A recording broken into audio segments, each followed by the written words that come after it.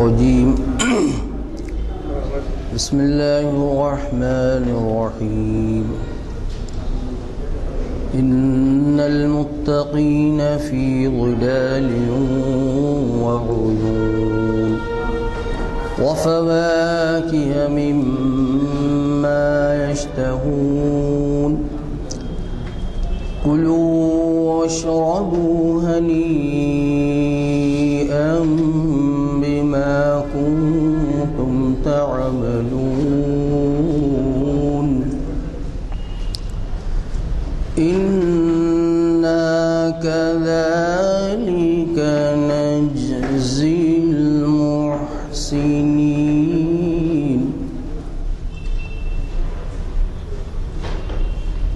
كلوا وتمتعوا قليلا إنكم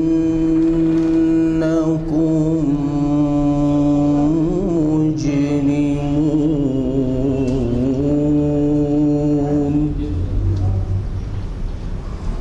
ويل يومئذ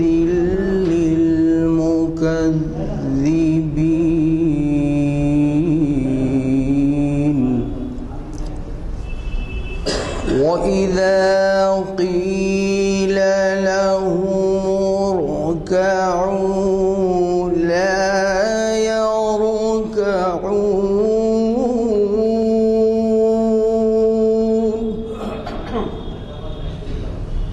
ويل يومئذ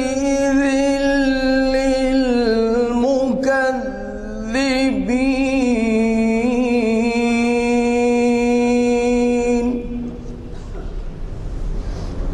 فبأي حديث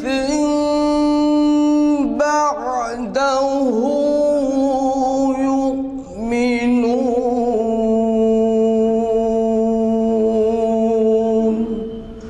صدق الله العظيم.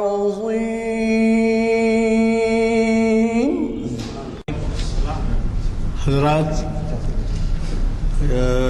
ہمارا اعلامیہ نمبر 748 آپ کے ہاتھ میں ہے، اور نہیں ہے تو لیتے جائیے. اور یہ آج کے 9 فروری کے پروگرام کے بارے میں بتاتا ہوں آپ کو. جامع مسجد عالیہ گن فاؤنڈری کے کانفرنس ہال میں یہ نشست منعقد ہو رہی ہے، اور اس میں بہت ہی اہم عنوان دیا گیا ہے. وہ اس وجہ سے میں اہم کہہ رہا ہوں کہ آپ کو خود روزمرہ کے تجربے میں، روزمرہ کے معاملت میں یہ پیش آتا ہوگا. یہ ہے کیا؟ اسلام کے بارے میں غلط فہمی. آپ کو خود اندازہ ہے، ذرا آپ لوگ بات مت کیجیے، آپ کو خود اندازہ ہے کہ آپ روزمرہ اپنے کاروبار میں یہ نہیں ہے کہ صرف مومن بھائیوں سے، مسلمانوں سے ہی ملتے ہیں، بلکہ آپ کو موقع ہوتا ہے کئی دیگر لوگوں سے بھی ملنے کا، ملاقاتوں کا. کہیے تو ان میں جو غلط فہمیاں پائی جاتی ہیں اس کا اندازہ جب ہوتا ہے جب اگر ذرا سا ان کو تھوڑا سا کریدا جائے تو وہ بتاتے ہیں کہ وہ اسلام کے بارے میں کیسے کیسے تاثرات رکھتے ہیں. تو یہ مجھے ایسے محسوس ہوتا ہے کہ وقت کی اہم ضرورت کا عنوان ہے، اور اسے ہمیں مخاطب کر رہے ہیں آپ کے جانے پہچانے مقرر، جنہوں نے یہاں کئی محفلوں کو گرمایا ہے. نہ صرف یہ بلکہ یہ ہمارے ہاں ایک جمعہ میں برابر واعظ بیان فرماتے ہیں، اور باوجود اس کے کہ بہت مصروف رہتے ہیں لیکن برابر وقت نکال کر ہمارے لیے یہ خدمت انجام دے رہے ہیں. اسلام کے بارے میں غلط فہمیاں، یہ تاریخ اسلام کا 858واں لیکچر ہے. اس سے پہلے بھی میں بتا چکا ہوں کہ 450 لیکچر کے 10 سال ہوتے ہیں، کیونکہ 45 لیکچر ایک سال میں ہوتے ہیں. رمضان میں نہیں ہوتے، اور کبھی کرفیو ہو گیا یا کوئی تہوار آ گیا، بارش ہو گئی، تو اس وجہ سے 45 لیکچر سال میں ہوتے ہیں. اور اس 450 لیکچر 1 سال یعنی 10 سال میں ہوتے ہیں، اس کے لحاظ سے آپ 458واں لیکچر ہے۔ مجھے قوی توقع ہے کہ آپ اس سے استفادہ کریں گے۔ دوسرا اعلان اسلامی ممالک کے سفر کے تاثرات آج اردو ہال میں بیان کر رہے ہیں مغرب میں۔ ہمارے مخرج صاحب 5-10 منٹ آپ کو پہلے چھوڑیں گے، چاہے مغرب یہاں پڑھ کے آئیے چاہے وہاں پڑھیے۔ تھوڑی دیر کے وہاں پر بھی چائے نوشی کے بعد سے شروع ہو جائے گا، 1 گھنٹے کا پروگرام رہے گا۔ اور جو صحابہ پرسوں نہیں آئے تھے، رخے آئے ہوئے ہیں، تو وہ رخے میرے پاس سے حاصل کر سکتے ہیں۔ جن کو نہیں ملے ہیں وہ لے سکتے ہیں، بغیر رخے کے بھی آنا چاہے تو آئیے۔ نحمدہ و نصلی علی رسولہ الامین، اما بعد، فاعوذ باللہ السمیع العلیم من الشیطان الرجیم، بسم اللہ الرحمن الرحیم۔ ان الدین عند اللہ الاسلام، وقال تعالی ومن یبتغی غیر الاسلام دینا فلن یقبل منہ وہو فی الآخرۃ من الخاسرین۔ صدق اللہ العظیم۔ تعریفیں تمام اللہ رب العالمین کے لیے، درود و سلام نبی آخر زمان محمد عربی صلی اللہ علیہ وسلم پر۔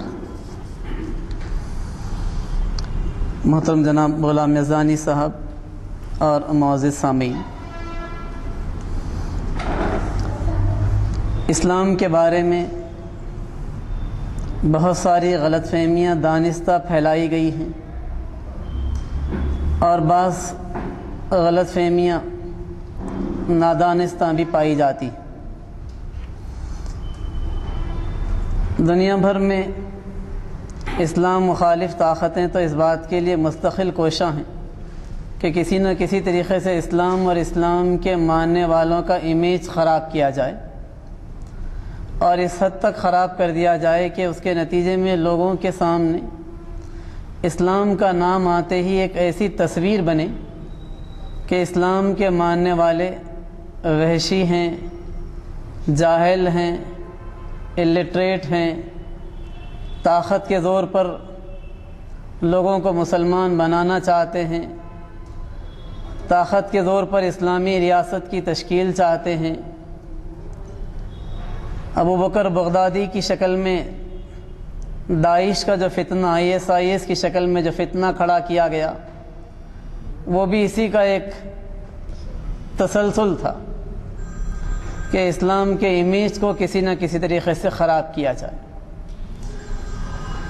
تو ہم افراد امت کی ایک اہم ذمہ داری ہے کہ اسلام کے بارے میں جہاں بھی جو بھی غلط فہمی پائی جاتی ہے، 1 to 1 گفتگو میں موقع ملے تو وہاں پر، کسی گیدرنگ کے اندر موقع ملے تو وہاں پر، کہیں لکھنے کا موقع ملے، ڈیبیٹ میں، ڈسکشن میں، ڈائیلاگ میں حصہ لینے کا موقع ملے تو وہاں پر جس طریقے سے ممکن ہو ان غلط فہمیوں کو ہم دور کریں۔ کچھ معروف غلط فہمیاں ہیں جن پر میں اس وقت گفتگو کرنے جا رہا ہوں، جو عام طور پر ہمارے سامنے پیش کی جاتی۔ سب سے پہلی چیز یہ کہ اسلام طاقت کے زور سے پھیلا۔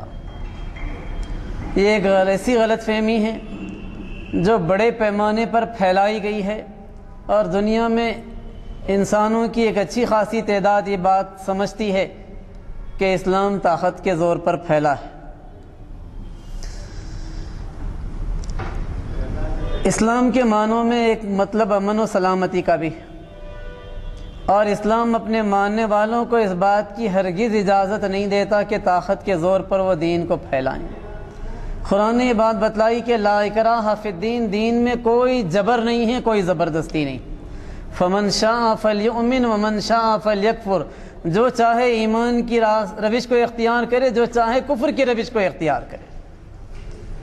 زبردستی اگر مسلمان بنانا ہوتا تو پھر اس صورت میں نبی کی بھی ضرورت نہیں تھی، اللہ رب العالمین سبھی کو زبردستی صاحب ایمان بنا دے سکتا تھا۔ وَلَوْ شَاءَ رَبُّكَ لَآمَنَ مَنْ فِي الْأَرْضِ كُلُّهُمْ جَمِيعًا، اگر تمہارا رب چاہتا تو پوری روئے زمین کے انسانوں کو صاحب ایمان بنا دیتا۔ أَفَأَنْتَ تُكْرِهُ النَّاسَ حَتَّى يَكُونُوا مُؤْمِنِينَ، کیا تم لوگوں کو بالجبر مسلمان بناؤ گے؟ نبی سے سوال کیا گیا ہے، اور پھر تاریخ اس بات پر ثبوت پیش کرتی ہے۔ مسلمان اسپین میں 800 سال رہے، 800 سالوں تک انہوں نے اسپین میں حکمرانی کی، تاریخ ابن زیاد کے پتہ کرنے کے بعد سے۔ لیکن وہاں کے غیر مسلموں کو زبردستی طاقت کے بل بوتے پر انہوں نے مسلمان نہیں بنایا۔ اگر یہ کام کرنا چاہتے تو پھر اسپین کے اندر کوئی غیر مسلم باقی نہیں رہتا، اور پھر وہ دن دیکھنے نہیں پڑتے کہ مسلمانوں کو وہاں سے بالکل بے دخل بھی کیا گیا۔ ظاہری بات ہے کہ وہاں غیر مسلموں کا وجود تھا، بڑی تعداد میں تھا، اس وجہ سے وہ اس پوزیشن میں رہے کہ مسلمانوں کو ایک مرحلے پر انہوں نے بے دخل کیا۔ طاقت کا استعمال مسلمانوں نے وہاں پر نہیں کیا تھا۔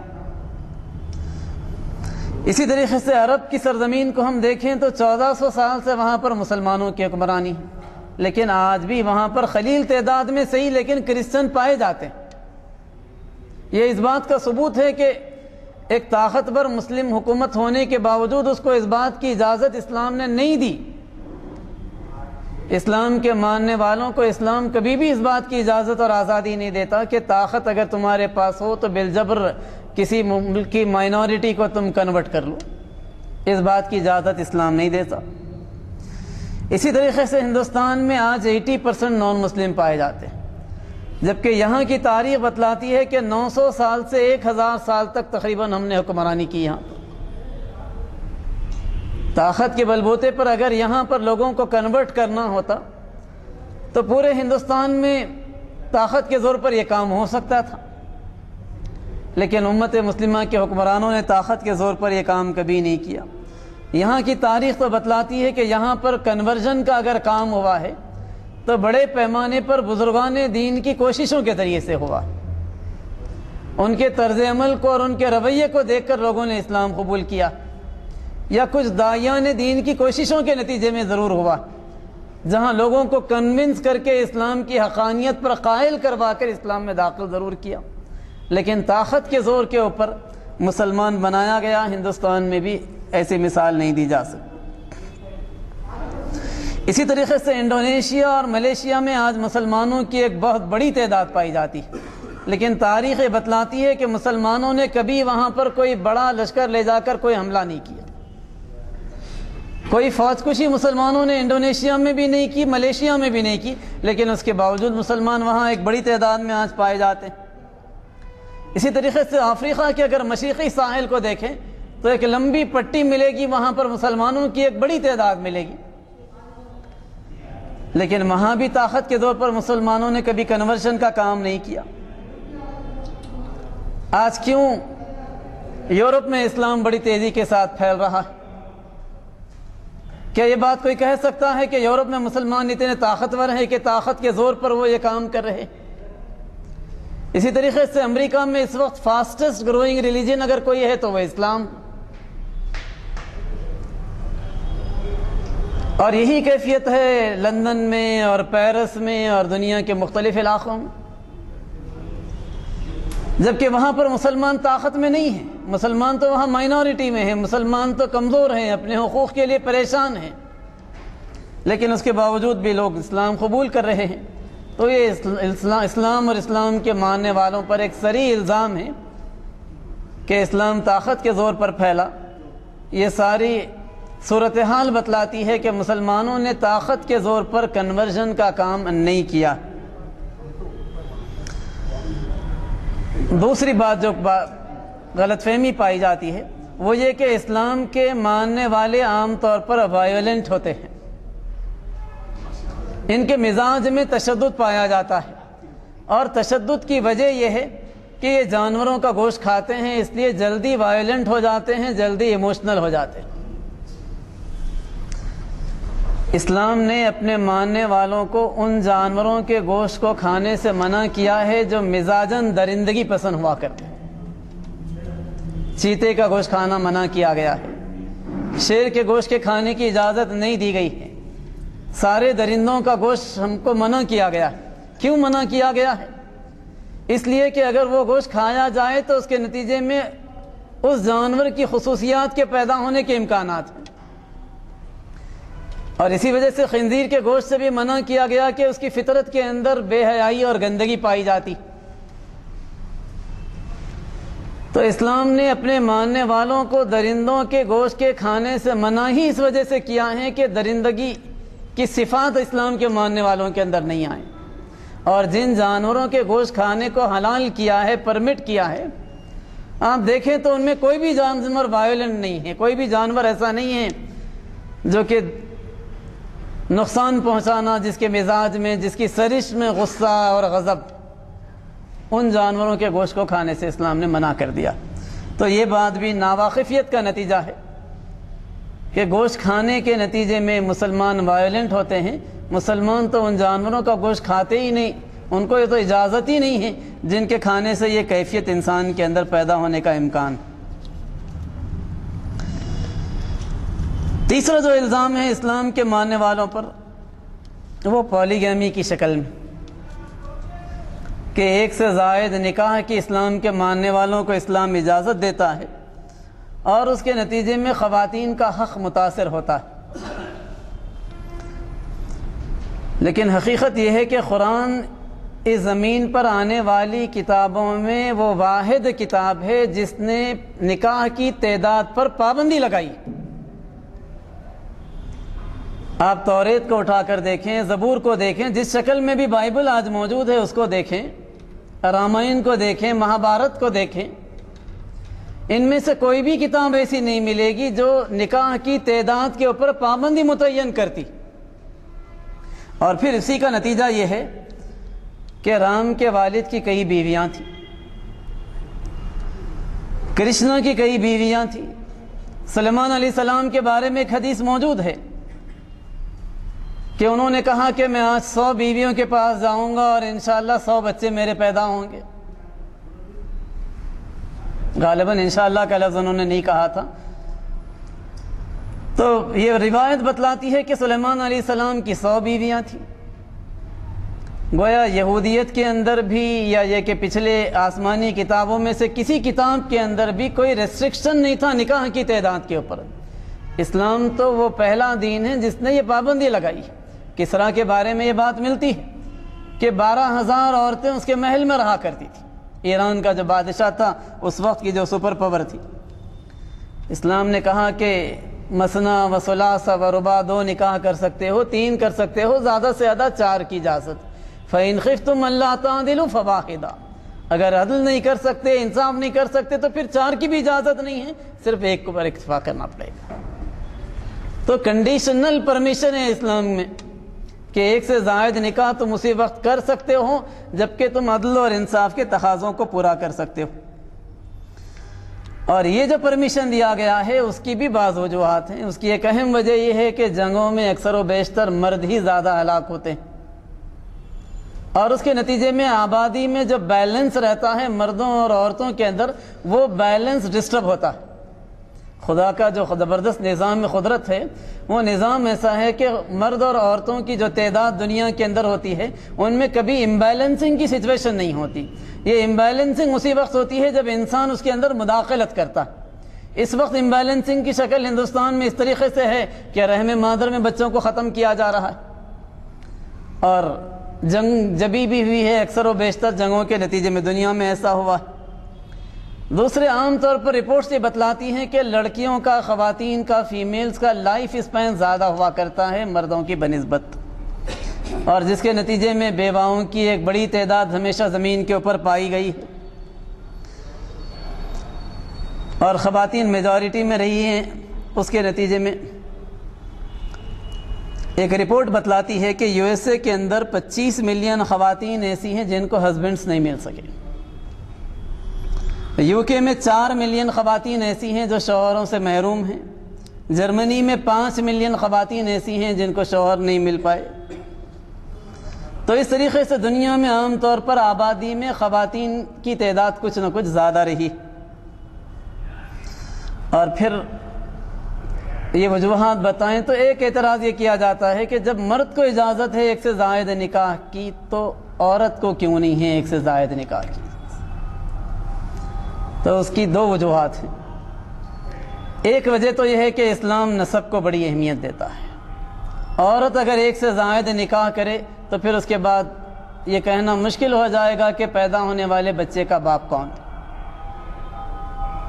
مرد اگر 1 سے زائد نکاح کرے تو اس قسم کی کوئی پریشانی نہیں آئے گی اس میں، لیکن عورت اگر 1 سے زائد نکاح کرے تو پھر بچے کے باپ کا آئیڈینٹیفیکیشن ایک بڑا مشکل مسئلہ بن جائے گا اور نسب کی حفاظت نہیں ہو پائے گی۔ اور دوسرے یہ کہ جسمانی قوت و طاقت کے لحاظ سے اللہ رب العالمین نے مرد کو زیادہ قوت و طاقت دی۔ ایک سائنٹیفک رپورٹ یہ بتلاتی ہے کہ عام طور پر یہ قوت مرد اور عورت کے اندر دیکھا جائے تو 1:4 کے ریشیو میں پائی جاتی ہے۔ اسی وجہ سے اللہ رب العالمین نے زیادہ سے زیادہ 4 نکاح کی اجازت دی۔ پھر تیسری ایک وجہ عام طور پر جو بتائی جاتی ہے وہ یہ کہ ایموشنلی بھی کوئی عورت اس پوزیشن میں نہیں ہوا کرتی کہ وہ ایک سے زائد شوہر کو سیٹسفائی کر پائے، جبکہ اللہ رب العالمین نے مردوں کو یہ صلاحیت عطا کی ہے کہ وہ ایک سے زائد نکاح بھی کریں تو وہ جسٹیفائی کرنے کی پوزیشن میں ہوا کرتے ہیں۔ تو یہ دوسری چیز۔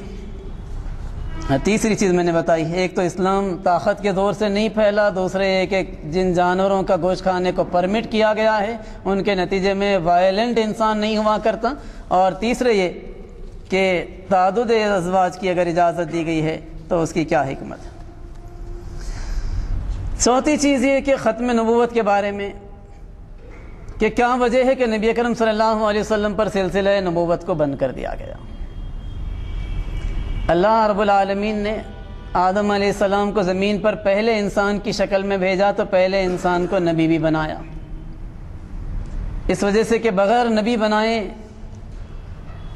انسان کی ہدایت کا کوئی اور ذریعہ ممکن نہیں تھا۔ جبرائیل امین کو انہی کے پاس آنا تھا اور انہی کے ذریعے سے ان کو اور ان کی اولاد کو ہدایت کا راستہ بتلانا تھا۔ جیسے جیسے دوسرے انبیاء زمین کے اوپر آتے گئے، زمین پر انسانی آبادی بڑھتی گئی، اللہ رب العالمین نے شریعتوں کو حالات اور ضروریات کے لحاظ سے تبدیل بھی کیا۔ مختلف چیزیں ایسی ہیں جو ایک شریعت کے اندر جائز تھیں تو دوسری شریعت کے اندر اس کو منع کر دیا گیا، اور پھر اس کے بعد انسانیت ترقی کے اس اسٹیج پر پہنچ گئی جب کمیونیکیشن کے ذرائع آسان ہو گئے، جب دنیا کے کونے سے دوسرے کونے تک میسیج کا پہنچنا آسان ہو گیا، انسانی آبادی بہت بڑھ گئی اور شریعت کے اندر مزید تبدیلی کی کوئی ضرورت باقی نہیں رہی۔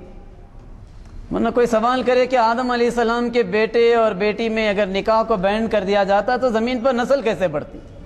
تو اس شریعت میں اس کی اجازت دینی پڑی، لیکن اللہ رب العالمین یہ نہیں چاہتا تھا کہ مستقل یہ چیز باقی رہے، اسے بعد میں بینڈ کر دیا گیا۔ تو دنیا جب ترقی کے مختلف مراحل نہیں کر پائی تھی، اس وقت بڑا مشکل کام تھا کہ موسیٰ علیہ السلام کا پیغام ہو اور وہ مصر سے نکلے ہندوستان تک پہنچے۔ کوئی ذریعہ نہیں تھا اس زمانے کے اندر۔ اگر کوئی پیغمبر ہندوستان میں آئے ہوں اور ان کا پیغام پہنچے دنیا کے مختلف ممالک میں پہنچانا چاہیں تو بڑا مشکل تھا۔ ابراہیم علیہ السلام نے پیدل سفر کیے اور بہت طویل سفر کیے اپنی زندگی میں، تب بھی وہ گلف کے ممالک کو کور کر سکے۔ دنیا کا بہت بڑا حصہ تو وہ رہا جہاں ابراہیم علیہ السلام کبھی بھی نہیں جا پائے۔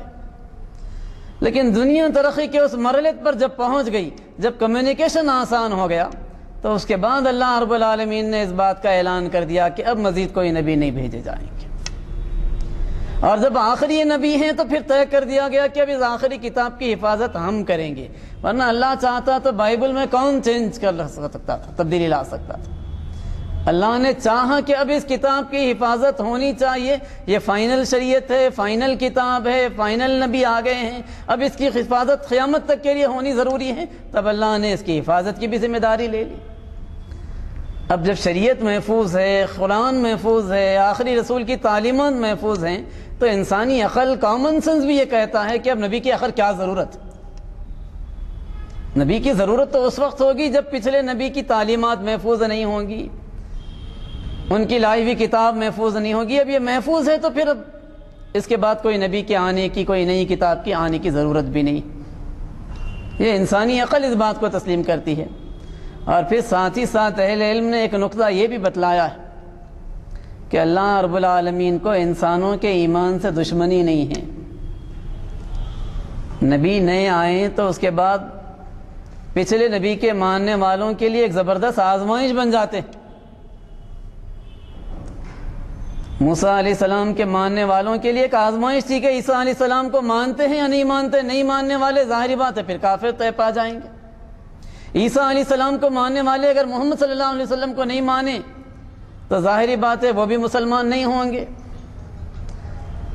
تو ایک نبی کی تعلیمات موجود ہیں، اس کے بعد ایک نئے نبی کو بھیجانے کا مطلب اب ساری نئے طریقے سے امت کو آزمائش میں ڈالنا ہوتا، اور اللہ رب العالمین کو اہل ایمان کے ایمان سے دشمنی نہیں ہے کہ خامخواہ ان کو آزمائش میں مبتلا کرتا رہے۔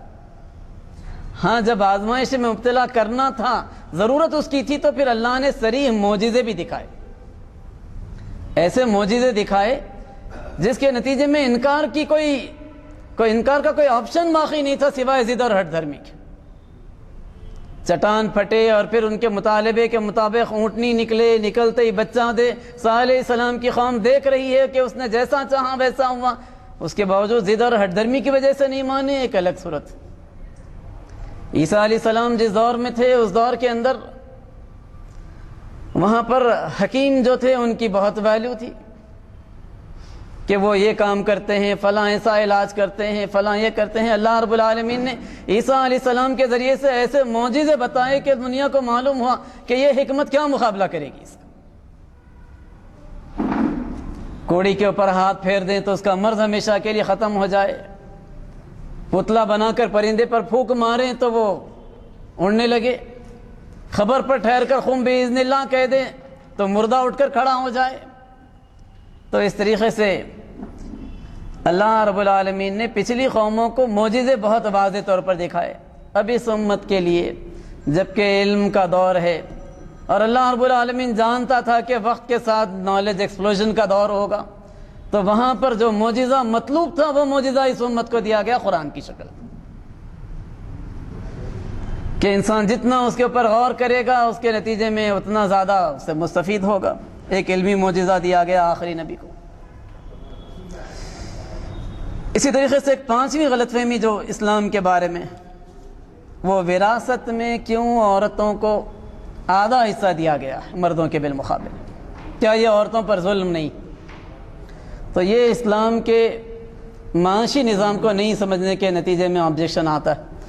اسلام نے بیسیکلی جو فیملی سسٹم دیا ہے، اس فیملی سسٹم کے اندر یہ صراحت کی گئی ہے کہ مرد کو خوام بنایا گیا ہے، فیملی کا نگہبان بنایا گیا ہے۔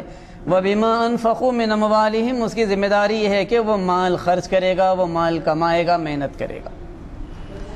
تو اصل خرچہ برداشت کرنے کی جو ذمہ داری ہے وہ چونکہ میل کی ذمہ داری ہے، مرد کی وہ ذمہ داری ہے، وہ ذمہ داری عورتوں کی نہیں ہے۔ اس لیے اسلام نے جب وراثت میں خواتین کے حقوق کو متعین کیا تو وہاں مردوں کو عورتوں کے بالمقابل ڈبل حصہ بھی ڈکلیئر کیا۔ ہاں مکمل طور پر عورتوں کو محروم بھی نہیں کیا، اس لیے کہ دنیا میں وقتاً فوقتاً الگ الگ حالات آئیں گے۔ اللہ رب العالمین تو جانتا کہ کب کس کے ساتھ کیا کیفیت پیدا ہو۔ ہمارے پاس ہندوازم کی مانند کیفیت تو نہیں ہے کہ وہاں پر عام طور پر بڑا بیٹا پوری پراپرٹی کو اپنے کنٹرول میں لے لیتا ہے۔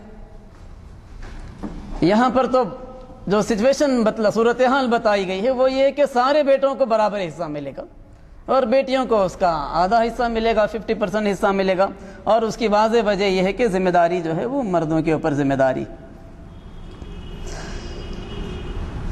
پھر اسی طریقے سے ایک الزام یہ بھی ہے کہ اسلامی ریاست اگر ہے تو وہاں پر غیر مسلموں کے حقوق نہیں دیے جاتے ہیں۔ تاریخ کو اگر دیکھیں یا ہم اپنے اسکرپچرز کو دیکھیں، دونوں سے بھی یہ بات غلط ثابت۔ اسلام نے بڑی وضاحت کے ساتھ غیر مسلموں کے حقوق کو متعین کیا ہے، اور یہ ذمہ داری اسلامی حکومت کی ہے کہ وہ غیر مسلموں کی جان، مال، عزت، آبرو کی حفاظت کرے۔ وہ جزیہ لیں گے ان سے۔ پھر سوال فوراً یہ پیدا ہوتا ہے کہ کیا یہ غیر مسلموں کے اوپر ظلم نہیں ہے کہ جزیے کی شکل میں ان سے ایک ٹیکس لیا جاتا ہے؟ تو یہ بھی ناواقفیت کا نتیجہ ہے۔ اسلام اپنے ماننے والوں کو یہ حکم دیتا ہے کہ تم کو زکوٰۃ دینی ہے، اور جو اسلام کے نہیں ماننے والے ہیں ان کو زکوٰۃ نہیں دینی ہے، ان کو جزیہ دینا ہے۔ اور اس طریقے سے اسٹیٹ کی ضرورت پوری ہوگی۔ اسٹیٹ کو چلانے کے لیے تو ضرورت پڑے گی پیسے کی، اور وہ پیسہ لینا پڑے گا پبلک ہی سے، اور وہ پیسہ لینے کا جو ایک ذریعہ وہ غیر مسلموں سے جزیے کی شکل میں اور مسلمانوں سے زکوٰۃ کی شکل میں لیا جائے گا۔ اور پھر اگر کسی اسٹیٹ کو ان دونوں کے باوجود ضرورت پوری نہیں ہوتی تو پھر وہ مزید ٹیکسز بھی عائد کر سکتا ہے. اسلامی ریاست کے اندر اس کے بھی پورے امکانات پائے جاتے ہیں. لیکن اس کے بدلے میں ان کی جان مال عزت اور آبرو کی حفاظت بھی کی جائے گی. اور تاریخ بتلاتی ہے کہ حضرت عمر فاروق رضی اللہ تعالیٰ عنہ کے دور میں ایک کرسچن کو قتل کیا ایک مسلمان نے, تو جواب میں حضرت عمر رضی اللہ تعالیٰ عنہ نے اس قاتل کو نہ صرف یہ کہ گرفتار کیا بلکہ اس کرسچن مقتول کے رشتہ داروں کے سامنے کھڑا کیا کہ تم چاہو تو خون بہا دے کر, یعنی کچھ رقم دے کر اسے راضی کرا لو, معاف کر دو خون, تم رقم لے کر خون کو. نہیں, اگر تم جواب میں قتل ہی کرنا چاہتے ہو تو اسلام تو اجازت دیتا ہے. تو اس کرسچن مقتول کے رشتہ داروں نے کہا کہ نہیں, ہم جواب میں قتل ہی چاہتے ہیں. تو حضرت عمر نے قتل کروایا. تو اس طریقے سے جان مال عزت آبرو اس کی حفاظت کی ذمہ داری اسلامی ریاست لیتی ہے. تو ان معنوں میں اسلامی ریاست تو موسٹ سیکولر اسٹیٹ, جو اس بات کی پوری اجازت دیتی ہے کہ ہر فرد اپنے مذہب پر عمل کرے. کوئی اگر ہندو ہوگا تو اسے زبردستی مسلمان اسلامی ریاست نہیں بنائے گی, کوئی کرسچن ہوگا تو زبردستی مسلمان اسے نہیں بنایا جائے گا. اسلام کی تعلیمات پر عمل ضرور کیا جائے گا, اس کی اشاعت ضرور کی جائے گی, اس کی طرف دعوت ضرور دی جائے گی. لیکن غیر مسلم اپنی عبادت گاہ بنا کر وہاں عبادت اپنے طریقے سے کرنا چاہیں تو اس کی پوری ان کو آزادی رہے گی اسلامی ریاست کے اندر, اور ان کو اپنے مذہب پر چلنے, اس پر عمل کرنے کا پورا حق حاصل رہے گا. پھر اسلامی سزاؤں کے بارے میں بھی غلط فہمی ہے کہ اسلام بڑا ظالم دین ہے, کہ بہت سخت سزائیں تجویز کرتا ہے. اس وقت دنیا میں صورتحال یہ ہے کہ جہاں اسلامی سزائیں نافذ نہ ہیں وہاں پر سب سے کم کرائم ریٹ ہے, اور جہاں اسلامی سزائیں نافذ نہیں ہیں وہاں پر کرائم ریٹ کی جو صورتحال ہے وہ دیکھ لیجیے. اور پھر اسلام نے ساتھ ہی ساتھ سزاؤں کو بھی کنڈیشنل کیا ہے. قحط کا زمانہ تھا تو حضرت عمر نے کہا کہ چور کے ہاتھ اب نہیں کاٹے جائیں گے زمانے قحط کے اندر. پھر یہ نہیں کہا گیا کہ چوری کرنے پر ہر چور کے, چاہے وہ چھوٹی چوری ہو چاہے بڑی چوری ہو, ہر ایک کے ساتھ یکساں معاملہ کیا جائے گا, ویسا بھی نہیں ہے, بلکہ اس کی مقدار دیکھی جائے گی, صورتحال کا جائزہ لے کر فیصلہ کیا جائے گا کہ کس وقت چور کے ہاتھ کاٹنے ہیں. زنا کرنے والے ہر آدمی کو سنسار کرنے کی سزا نہیں دی شریعت نے. ایک آدمی شادی شدہ ہے اور اس کے باوجود اس نے زنا کیا تو اسے سنسار کرنے کی سزا ہے, اور اگر کوئی شادی شدہ نہیں ہے تو اسے صرف کوڑے مارنے کا حکم ہے, اسے ختم نہیں کر دیا جائے گا.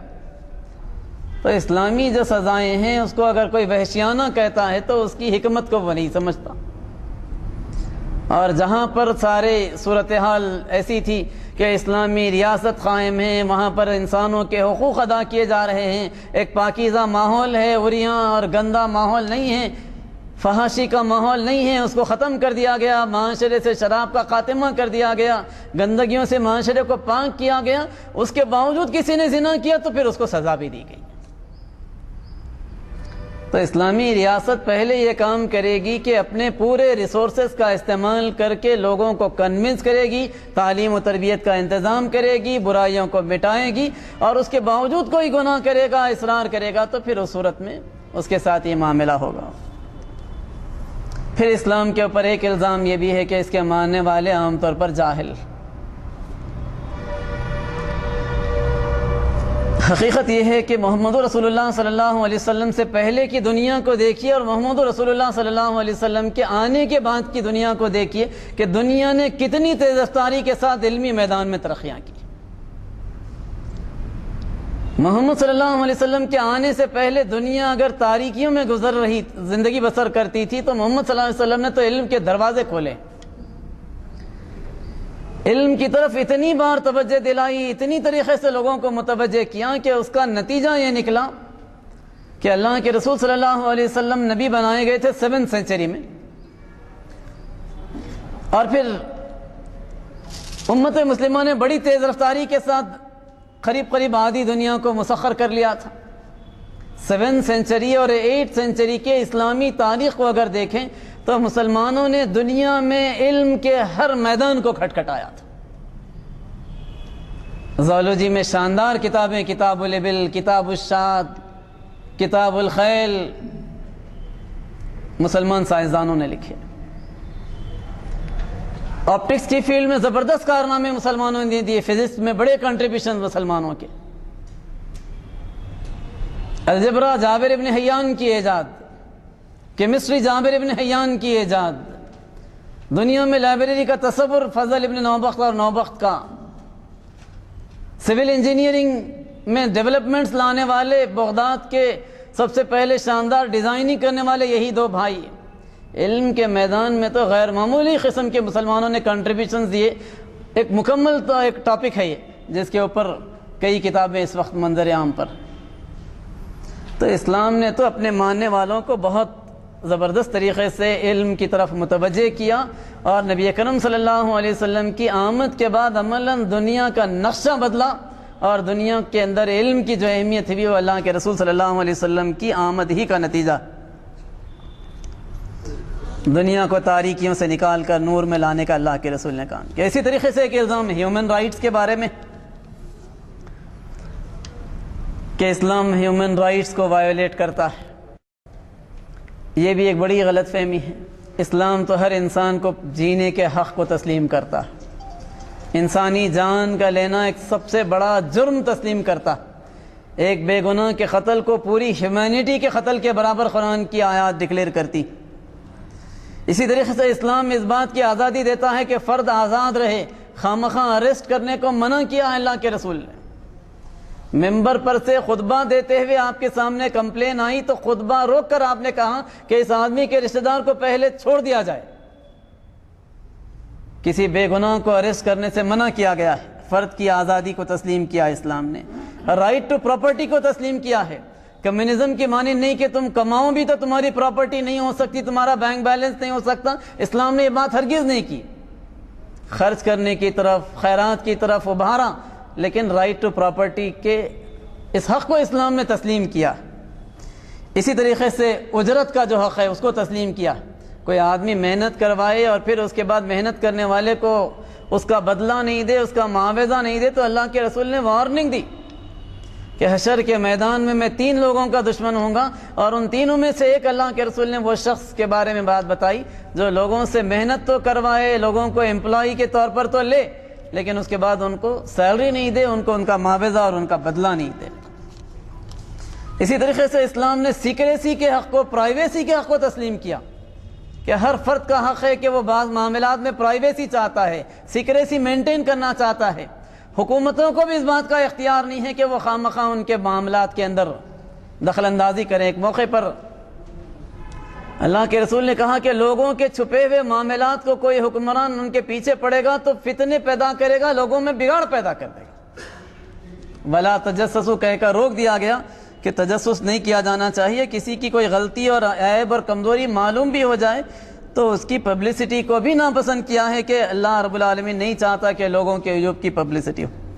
تو اسلام نے تعلیم کے حق کو تسلیم کیا، مذہب کے رائٹ اور ریلیجن کے حق کو تسلیم کیا، زندگی کے حق کو تسلیم کیا، آزاد رہنے کے حق کو تسلیم کیا۔ ہیومن رائٹس کو وائلیٹ کرنے کی اگر بات کہی جاتی ہے، اگر مسلمان کسی جگہ کوئی غلطی کرے تو اس کا مطلب ہرگز یہ نہیں ہے کہ اسلام نے اس بات کی تعلیم دی،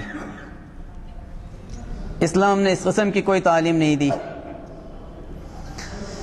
اسی طریقے سے ایک الزام یہ ہے کہ موجودہ قرآن تو وہ قرآن نے جو حضرت عثمان غنی نے جمع کیا تھا، انہوں نے کمپائل کیا تھا، محمد صلی اللہ علیہ وسلم پر نازل کیا ہوا قرآن کہاں موجود، یہ ایک الزام ہے، اور یہ بھی ناواقفیت کا نتیجہ۔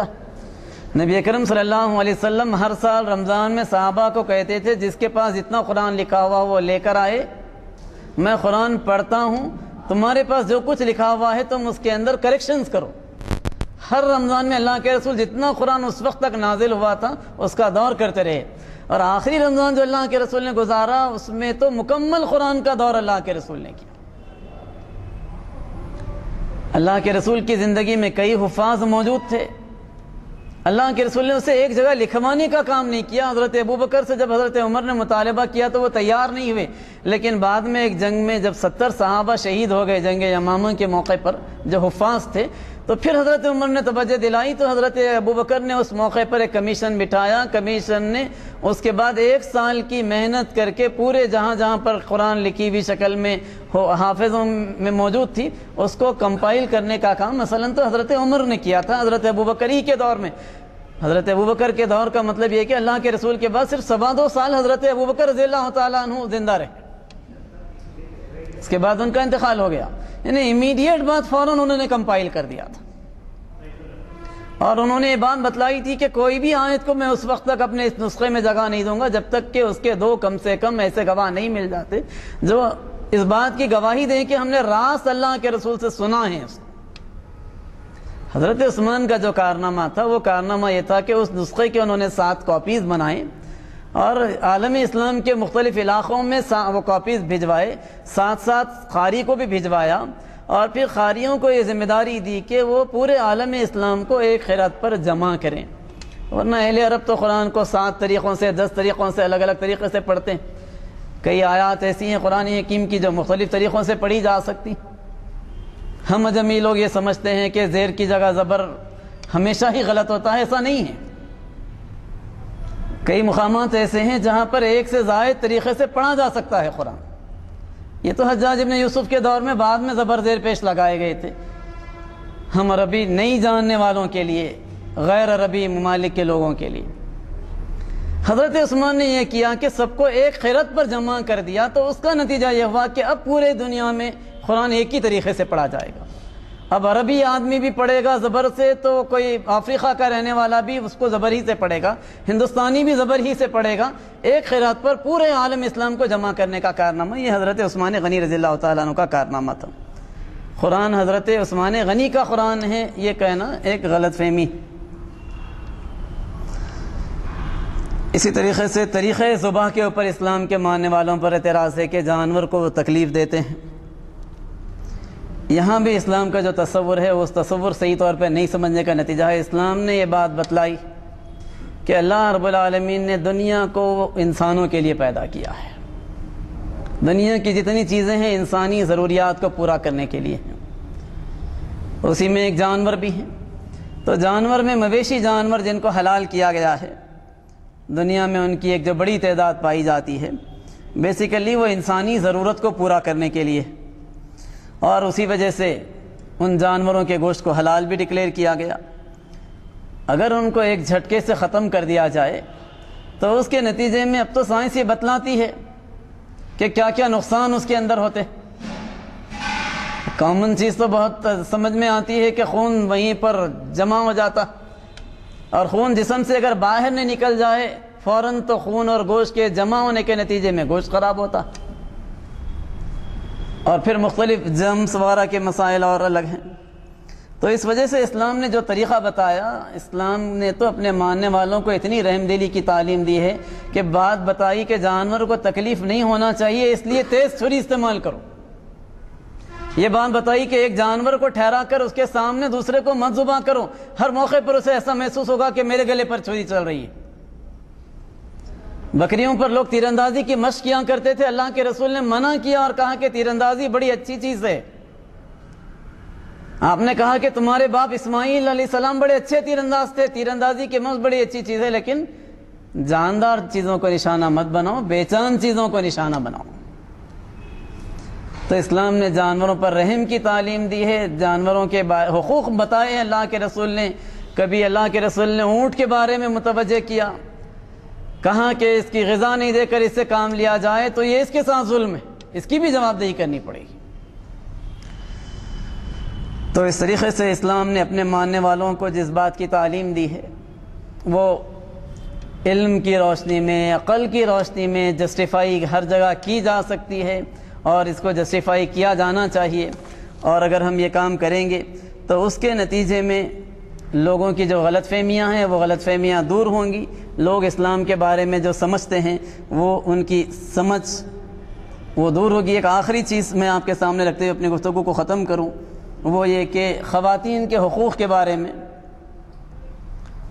بھی اعتراض عام طور پر کیا جاتا ہے, لیکن قرآن نے یہاں بھی بات بتلائی کہ وَلَهُنَّ مِثْلُ الَّذِي عَلَيْهِنَّ بِالْمَعْرُوفِ, خواتین کے بھی معروف طریقے سے ویسے ہی حق ہیں جیسے کہ مردوں کے حق ہیں. ان کو بھی اللہ رب العالمین نے بہت سارے معاملات میں اختیار دیا ہے۔ مرد کو طلاق کا اختیار دیا ہے تو عورت کو خلا کا بھی اختیار دیا ہے۔ ہاں یہاں پر اس بات کا ایک ریسٹرکشن لگایا گیا ہے، وہ یہ کہ عورت بھی اسی طریقے سے کھڑے ہو کر خلا خلا خلا کہہ دے تو خلا نہیں ہو جائے گی، اس وجہ سے کہ نسبتاً عورتیں ایموشنل ہوا کرتی ہیں، اور اللہ رب العالمین نہیں چاہتا کہ انسان جذباتی ہو کر کوئی اپنے نقصان کا کام کر ڈالے۔ اس وجہ سے اس کے لیے ایک طریقہ بتلایا گیا کہ انہیں قاضی کے پاس جانا پڑے گا، قاضی تفریق کرائے گا، لیکن ان کے پاس وہ حق تو برابر برقرار ہے کہ وہ خلا لے سکتی ہیں۔ اور اللہ کے رسول کے پاس، اللہ کے رسول کی زندگی میں خاتون آئیں اور آ کر انہوں نے کہا کہ اللہ کے رسول میں فلاں صاحب سے الگ ہونا چاہتی۔ انہوں نے پوچھا کہ اللہ کے رسول یہ آپ کا مشورہ ہے یا آپ کا حکم؟ اللہ کے رسول نے کہا کہ صرف مشورہ ہے، حکم نہیں ہے۔